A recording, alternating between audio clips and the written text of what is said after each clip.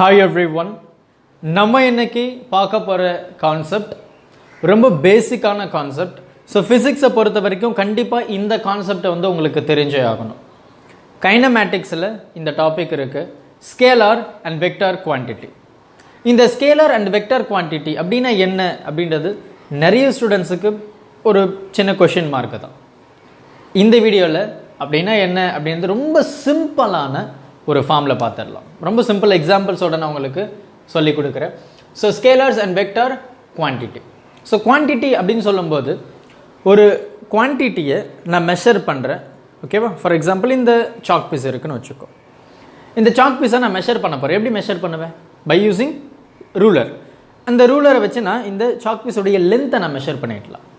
அப்போது இந்த physical quantity அப்படின்னா என்னென்னா, ஒரு குவான்டிட்டியை நான் மெஷர் பண்ணுறேன் பை யூஸிங் ஃபிசிக்கல் இன்ஸ்ட்ருமெண்ட், இல்லை இந்த ஆப்ஜெக்டோடைய அப்பியரன்ஸு, ஓகேவா? இதை பை யூஸிங் ஒன் இன்ஸ்ட்ருமெண்ட், ஒரு டிவைஸை வச்சு நான் மெஷர் பண்ணும்போது இதை நம்ம ஃபிசிக்கல் குவான்டிட்டி அப்படின்னு சொல்லுவோம். இந்த ஃபிசிக்கல் குவான்டிட்டி ரெண்டு விதமாக சொல்லலாம். நம்ம ஃபர்ஸ்ட் சாப்டர்லேயே பார்த்துருப்போம், fundamental quantity and derived quantity. Fundamental quantity அப்படின்னா ரொம்ப சிம்பிள் தான். நம்ம ரெப்ரசென்ட் பண்ணுற அந்த வேல்யூவை ஜஸ்ட் நியூமரிக்கல் ஃபார்மில் சொல்லிடலாம். அப்போ length of the chalk piece என்ன? ஒரு 5 சென்டிமீட்டர், அவ்வளோதான், முடிஞ்சு போச்சு. ஸோ ஃபண்டமெண்டல்னா ரொம்ப பேசிக்கான, ரொம்ப அடிப்படையான ஒரு விஷயத்தை நம்ம மெஷர் பண்ணுறது தான் நம்ம ஃபண்டமெண்டல் குவான்டிட்டி அப்படின்னு சொல்லுவோம். ரொம்ப அடிப்படையான ஒரு விஷயங்கள். இப்போது டெரைவ்டு குவான்டிட்டி அப்படின்னா என்ன? டெரைவ்டு குவான்டிட்டி அப்படின்றது ஃபண்டமெண்டல் குவான்டிட்டியை நான் கம்பைன் பண்ணிட்டேன் அப்படின்னா எனக்கு டெரைவ்டு குவான்டிட்டி வந்துடும். சரி, எனக்கு புரியலை. இப்போது ஒரு வால்யூம் இருக்குன்னு வச்சுப்போம், வால்யூம், ஓகேவா? ஸோ அப்போது ஜஸ்ட் வால்யூம் அப்படின்னு சொல்லும்போது we know that, இல்லையா? ஸோ இப்போ இதனுடைய வால்யூமை நான் கண்டுபிடிக்கணும். ஸோ இப்போ நம்ம ஃபண்டமெண்டல் குவான்டிட்டி சைடு போனோம் அப்படின்னா இதனுடைய லென்த்து இந்த மாதிரி நம்ம லென்த்தை நம்ம மெஷர் பண்ணுவோம், இல்லையா? ஸோ அப்போது ஜஸ்ட் ஒரு விஷயத்தை நம்ம நோட் பண்ணோம்னா அது எல்லாமே ஃபண்டமெண்டல் குவான்டிட்டி, ஜஸ்ட் லென்த்து. இது எல்லாத்தையும் நான் கம்பைன் பண்ணிட்டேன் அப்படின்னா length into breadth into height, அதுதான் வால்யூம், இல்லையா? அப்போ length into breadth into height, combination of all the fundamental quantity we get volume. அந்த volume is nothing but the derived quantity. அப்போ டெரைவ்டு குவான்டிட்டி அப்படின்றது என்ன? ரொம்ப சிம்பிளாக சொல்லணும் அப்படின்னா காம்பினேஷன் ஆஃப் ஃபண்டமெண்டல் குவான்டிட்டி தான் நம்ம டெரைவ்டு குவான்டிட்டி அப்படின்னு சொல்கிறோம். So we are measuring every thing, okay. அப்போது இந்த ஸ்கேலாருக்கும் வெக்டாருக்கும் என்ன டிஃபரன்ஸ் அப்படின்னு நம்ம பார்த்தோம்னா, வெக்டார் இஸ் ஆல்சோ மெஷரிங் தான், மெஷர் பண்ணுறது தான் நம்ம ஸ்கேலார் அப்படின்னு சொல்கிறோம். பட் எப்படி நம்ம மெஷர் பண்ணுறோம் அப்படின்னா பை யூஸிங் நியூமரிக்கல் வேல்யூ. நல்ல கவனிங்க, பை யூஸிங் நியூமரிக்கல் வேல்யூ. ஒரு நியூமரிக்கல் வேல்யூவை வச்சு நான் மெஷர் பண்ணுறேன் அப்படின்னா அதுதான் ஸ்கேலார் குவான்டிட்டி. அதே எக்ஸாம்பிள் சொல்கிறேன். இந்த சாக் பீஸுடைய லென்த் ஜஸ்ட் அ நம்பர், சிம்பிளாக ஒரு நம்பரை வச்சு நான் சொல்லிடலாம். 2 சென்டிமீட்டர், 5 சென்டிமீட்டர், 6 சென்டிமீட்டர், முடிஞ்சு போச்சு, அவ்வளோதான், கம்ப்ளீட்டாக இதை நான் மெஷர் பண்ணிட்டேன், இல்லையா? அப்போது ஜஸ்ட் நான் மெஷர் பண்ணுறத நியூமரிக்கல் வேல்யூவை நான் ரெப்ரசன்ட் பண்ணிட்டேன் அப்படின்னா இந்த மெஷர்மெண்ட் கம்ப்ளீட் ஆகிடுச்சு. இப்போ இந்த சாக் பீஸுடைய மாஸ் நான் மெஷர் பண்ணணும். இந்த சாக் பீஸுடைய மாஸ் ஒரு 5 கிராம் அப்படின்னு வச்சுப்போம், அவ்வளோதான், அதோட முடிஞ்சு பறிச்சாது, அதோட வேற எதுவுமே சேராது, இல்லையா? ஸோ ஜஸ்ட் நியூமரிக்கல் வேல்யூவில் நம்ம மெஷர் பண்ணோம் அப்படின்னா அதை தான் நம்ம ஸ்கேலார் குவான்டிட்டி அப்படின்னு சொல்கிறோம். Numerical value is nothing but magnitude. Magnitude is nothing but length of the quantity. நம்ம எதை மெஷர் பண்ணுறோமோ அது. சரி, பொதுவாக நம்ம மேக்னிடியூட் அப்படின்னு சொல்லும்போது நியூமரிக்கல் ரெப்ரசன்டேஷன் தான். It may be length, mass, what ever it is, சரியா? சப்போ எனக்கு இந்த ஸ்கேலார் குவான்டிட்டியில் நமக்கு என்னென்ன வரும் அப்படின்னு பார்த்தா நமக்கு லென்த் வரும் அண்ட் மாஸ் வரும் and we have many things, ஓகேவா? ஸோ நமக்கு நிறைய இருக்குது. அப்போது இது எல்லாமே நம்ம ஸ்கேலார் குவான்டிட்டி அப்படின்னு சொல்கிறோம். ஏன்னா ஜஸ்ட் இது ஒரு magnitude, just a number, numerical representation. For example ஒரு 5 கிராம், இது ஒரு 5 சென்டிமீட்டர், அவ்வளோதான். இதோட இந்த மெஷர்மெண்ட் கம்ப்ளீட்டாக முடிஞ்சு போயிடுச்சு. அப்போ இந்த ஸ்கேலார் குவான்டிட்டியை நம்ம ஜஸ்ட் ஒரு மேக்னிடியூட்டோட நம்ம கம்ப்ளீட்டாக மெஷர் பண்ணிடலாம். சரி, ரொம்ப சிம்பிளான எக்ஸாம்பிள் இது. உங்களுக்கு புரிஞ்சிருக்கும். சப்போஸ் எனக்கு ஒரு இன்னொரு வேல்யூ இருக்குது, ஒரு 5 சென்டிமீட்டர் இல்லை ஒரு 15 சென்டிமீட்டர். இதை நம்ம ஆட் பண்ணோம் அப்படின்னா நமக்கு என்ன வரும்? 20 சென்டிமீட்டர் இல்லையா? இப்போது உங்களுக்கு ஒரு சின்ன எக்ஸாம்பிள். எனக்கு லென்த் ஆஃப் 5, அதாவது இந்த ஒரு பென்சில் ஆகட்டும், அந்த பென்சிலுடைய லென்த் வந்து 5 சென்டிமீட்டர் இன் இல்லை towards east direction. East direction. இது என்னது? இது 5 சென்டிமீட்டருக்கும் டைரக்ஷனுக்கும் என்ன சம்பந்தம்? சம்பந்தமே இல்லை இல்லையா? ஸோ இப்போ ஸ்கேலார் குவான்டிட்டி அப்படின்றது just a measurement of numerical value which is nothing but it has only magnitude. அப்போ ஸ்கேலார் குவான்டிட்டி அப்படின்னா only magnitude. முடிஞ்சு போச்சு. அப்போ வெக்டார் குவான்டிட்டி அப்படின்னு சொல்லும்போது இதுவும் நியூமரிக்கல் ரெப்ரசன்டேஷன் தான்ப்பா. Numerical representation, numerical value. Sir அப்போ எனக்கு ஸ்கேலருக்கும் வெக்டருக்கும் இவ்வளோ தான் டிஃப்ரென்ஸா அப்படின்னா கிடையாது. இன்னும் ஒரு சின்ன விஷயங்கள் மட்டும் நம்ம ஆட் பண்ணிக்கலாம். டைரக்ஷன். ஓகேவா? அப்போது எனக்கு நியூமரிக்கல் வேல்யூ ப்ளஸ் டைரக்ஷன் வரும்போது இந்த வெக்டர் குவான்டிட்டியோடைய மெஷர்மெண்ட் கம்ப்ளீட் ஆகுது. மேக்னிடியூட் இல்லையா? So numerical value is nothing but magnitude plus இந்த டைரக்ஷனை தான் நம்ம வெக்டர் குவான்டிட்டி அப்படின்னு சொல்கிறோம். இப்போது நீங்கள் இங்கே இருக்கீங்க, ஓகேவா? உங்கள் வீட்டில் இருந்து இப்போது உங்கள் வீடு அப்படியே அசியூம் பண்ணாங்க, இமேஜின் பண்ணாங்க. இப்போ உங்கள் வீட்டில் இருந்து ஒரு 5 கிலோமீட்டர் தள்ளி ஒரு பெரிய பணம் பெட்டி இருக்குன்னு வச்சுப்போம். சரியா? லெட் மீ சே ஒரு 1 lakh. ஓகேவா? 1 lakh கிஃப்ட் நான் பண்ணியிருக்கேன். உங்கள் வீட்டில் இருந்து 5 கிலோமீட்டர் தள்ளி ஒரு 1 lakh கிஃப்ட் வவுச்சர் வச்சுருக்கேன், போய் எடுத்துக்கோங்க அப்படின்னு சொல்லிட்டேன்னா உங்களால் அதை எடுக்க முடியுமா? கண்டிப்பாக முடியாது. ஏன்னா நீங்கள் எந்த டைரக்ஷனில் போகணும் அப்படின்றதே நான் சொல்லலையே. விச் மீன் 5 கிலோமீட்டர் இந்த பக்கம் இருக்கலாம், இந்த பக்கம் இருக்கலாம், இங்கே இருக்கலாம், இங்கே இருக்கலாம், இங்கே எங்கே வேணால் இருக்கலாம் இல்லையா? நான் ஜஸ்ட் என்ன சொன்னேன், உங்கள் வீட்டிலேருந்து 5 கிலோமீட்டர் தள்ளி ஒரு புதையல் இருக்குது, போய் எடுத்துக்கோங்க அப்படின்னா உங்களுக்கு கண்டிப்பாக புரியாது. அப்போது it should have some direction. அப்போ இந்த இடத்துல டைரக்ஷன் அப்படின்னு சொல்லும்போது தான் இந்த மெஷர்மெண்ட் குவான்டிட்டியே கம்ப்ளீட் ஆகுது. அப்போ வெக்டார் குவான்டிட்டி அப்படின்னு சொல்லும்போது நியூமரிக்கல் வேல்யூவும் இருக்கும் ப்ளஸ் எனக்கு டைரக்ஷனும் இருக்கும். இப்போ 5 கிலோமீட்டர் அப்படின்னு சொன்னேன் இல்லையா? ப்ளஸ் லெட் மீ சே இது சவுத் இல்லையா? இல்லை நம்ம நார்த் சைடு வச்சுக்கோ, நார்த் இந்த பக்கம். அப்போது 5 கிலோமீட்டர், அதாவது உங்கள் வீட்டிலேருந்து 5 கிலோமீட்டரு டுவர்ட்ஸ் நார்த்துப்பா, அங்கே இருக்குது புதையல் அப்படின்னு சொல்லியாச்சு. அப்போ நம்ம இங்கே என்ன டிஃபைன் பண்ணுறோம் அப்படின்னா பொசிஷன். கரெக்டாக பொசிஷனை தானே நம்ம டிஃபைன் பண்ணுறோம், பொசிஷன். அப்போது எனக்கு இது பார்த்தீங்க, இது வந்து நத்திங் பட் த ஸ்கேலார் இல்லையா? ஜஸ்ட் ஒரு மேக்னிடியூட். அப்போ எனக்கு வெக்டர் குவான்டிட்டி அப்படின்னு சொல்லும்போது எனக்கு இந்த வேல்யூ மேக்னிடியூடும் இருக்கும் ப்ளஸ் அதனுடைய டைரக்ஷனும் இருக்கும். இதை தான் நம்ம வெக்டர் குவான்டிட்டி அப்படின்னு சொல்கிறோம். இதில் எதனா கன்ஃபியூஷன் இருக்கா? இல்லை, ரொம்ப சிம்பிள் இல்லையா?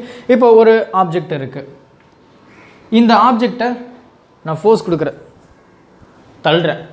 அப்போ நீங்கள் இங்கே இருந்து இந்த பக்கம் ஃபோர்ஸ் கொடுத்தா இந்த ஆப்ஜெக்ட் மூவ் ஆகும். என்ன சார் லூஸ் மாதிரி பேசுகிறீங்க அப்படின்னு என்ன கேட்க மாட்டீங்க? அப்போது அந்த ஆப்ஜெக்டை மூவ் பண்ணணும்னா அந்த ஆப்ஜெக்ட் எங்கே இருக்கோ அந்த டைரக்ஷனில் தான் நான் ஃபோர்ஸ் கொடுக்கணும். ஆமாம் தானே? அப்போ நான் இந்த டைரக்ஷனில் ஃபோர்ஸ் கொடுத்தா தான் இந்த ஆப்ஜெக்ட் வந்து மூவ் ஆகும். அப்போ ஃபோர்ஸும் எனக்கு வெக்டர் குவான்டிட்டியா சார்? ஆமாம், சரியா?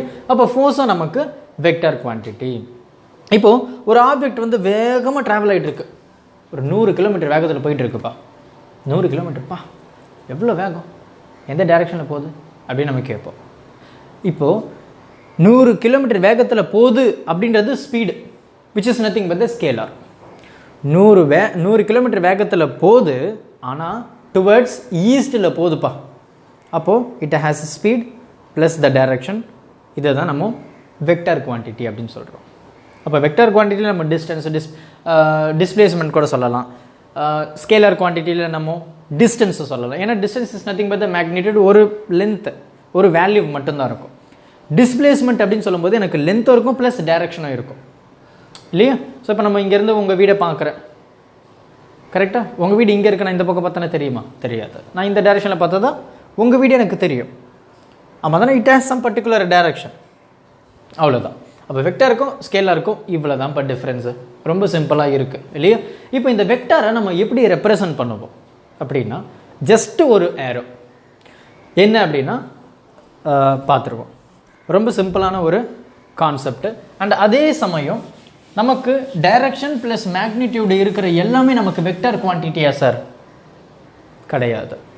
பாருங்கள் ஏன் கிடையாது அப்படின்னா, ஸோ இந்த வெக்டார் குவான்டிட்டியை நம்ம numerical value which is nothing but the magnitude plus டைரக்ஷனை வந்து நம்ம வெக்டார் குவான்டிட்டின்னு சொல்லிட்டோம். பட் எல்லாத்துக்குமே மேக்னிடியூட் டைரக்ஷன் இருந்தால் நம்ம எல்லாத்தையுமே வெக்டார் குவான்டிட்டின்னு சொல்ல மாட்டோம். ஏன்னா இட் மஸ்ட் ஒபே, நல்லா கவனிங்கப்பா, it must obey triangle rule. Triangle rule of addition.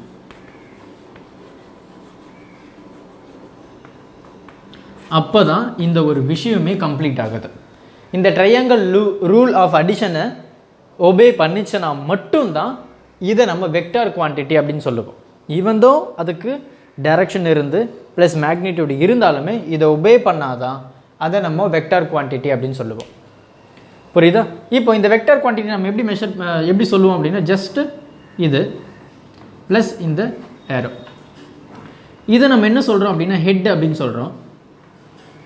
இதை நம்ம என்ன சொல்கிறோம் அப்படின்னா டெய்ல் அப்படின்னு சொல்கிறோம். Which is the starting point and the ending point.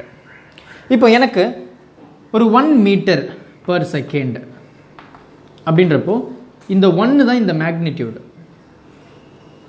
ஓகேவா?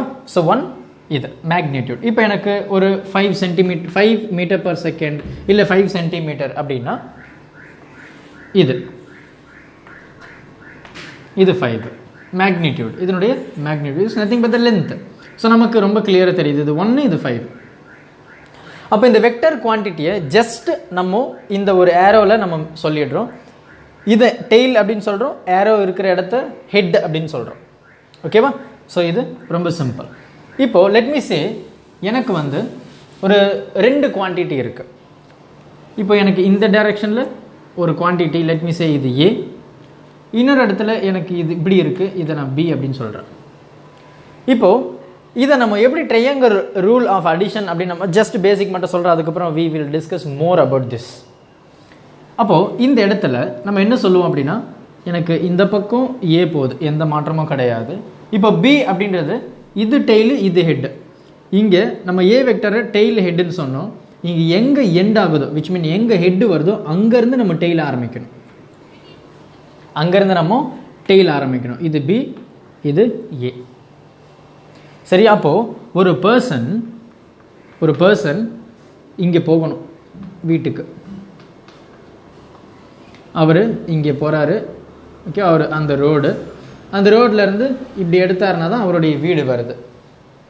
சரியா? இதில் 2 விஷயமா நம்ம நோட் பண்ணணும். இந்த பக்கம் போகிறது ஒரு டைரக்ஷன், இந்த பக்கம் போகிறது இன்னொரு டைரக்ஷன். அப்போ இதை நம்ம இந்த இடத்துல நம்ம அசியூம் பண்ணோம் அப்படின்னா இந்த வீடுடைய டிஸ்டன்ஸை நம்ம இப்படியும் சொல்லிடலாம். ஆமாம் தானே? இப்படி சொல்லலாமே, கரெக்டாக? அப்போது இதை இப்படி சொல்லலாமா? ஸோ இந்த இதை தான் நம்ம ரிசல்டன்ட் வெக்டார் அப்படின்னு சொல்கிறோம். ரிசல்டன்ட். அப்போ இந்த ரிசல்டன்ட் வெக்டார் அப்படின்னா இந்த டிஸ்டன்ஸ் ப்ளஸ் இந்த டிஸ்டன்ஸை தான் ரிசல்டன்ட் வெக்டார். ஆமாம் தானே? இப்போ இங்கேருந்து இவர் இங்கே போயிட்டு இங்கேருந்து இங்கே போகிறாரு. என்ன ஸ்டார்டிங் பாயிண்ட்டு எண்டிங் பாயிண்ட்டு, இப்படி போயிட்டு இப்படி போகிறாரு, சேம். இங்கேருந்து இப்படி சொன்னாலும் சேம். அப்போது இந்த ரிசல்டன்ட் வெக்டார் அப்படின்றது என்ன? A plus B. A plus B, இதுதானே இதனுடைய டோட்டல் டிஸ்டன்ஸ். அப்போ நான் இங்கே அதே சொல்லலாமா? R equal to A plus B. அப்போ எப்போல்லாம் இது ஒபே ஆகுதோ அப்போல்லாம் அது வெக்டார் குவான்டிட்டி. சரியா? So it should obey triangle rule of addition. நமக்கு அந்த டிஸ்பிளேஸ்மெண்ட் இருக்குது, அதுக்கப்புறம் வெலாசிட்டி இருக்குது, ஆக்சலரேஷன் இருக்குது, நிறைய இருக்குது. சரியா? ஸோ அப்போ இதெல்லாமே அதாவது இந்த ட்ரையாங்கிள் ரூல் ஆஃப் அடிஷனை ஒபே பண்ணிச்சு அப்படின்னா அது வந்து வெக்டர் குவான்டிட்டி. இப்போ நமக்கு ஒரு சின்ன டவுட் வரும், சார் எனக்கு எலக்ட்ரிக் கரண்ட், இதை நான் சொல்லிடுறேன். எலக்ட்ரிக் கரண்ட்டு எப்படி? எலக்ட்ரிக் கரண்ட்டு வெக்டர் குவான்டிட்டியே இல்லையா? எலக்ட்ரிக் கரண்ட் வெக்டர் குவான்டிட்டியே இல்லையா? பாருங்கள், ஒரு ஒயர் இருக்குது, இந்த ஒயரில் எனக்கு எலக்ட்ரான் மூவ் ஆகுது, which mean it has some magnitude. கரெக்டாக? அதே மாதிரி இங்கேருந்து இந்த பக்கம் போகுது, இந்த டைரெக்ஷனில் போகுது, it also has some direction.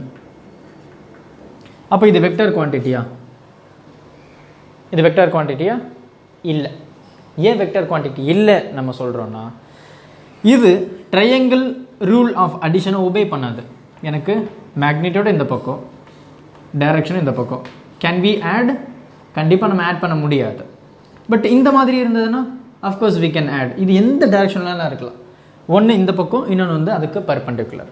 சரியா? ஸோ இது ரொம்ப பேசிக்கான விஷயம். அப்போ தான் it obeys triangle rule of addition. ஓகேவா?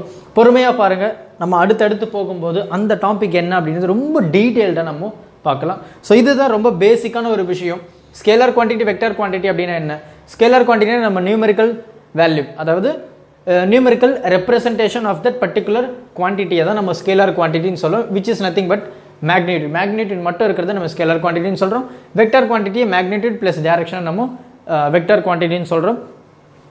அவ்வளோதான், முடிஞ்சு போச்சு. சரியா?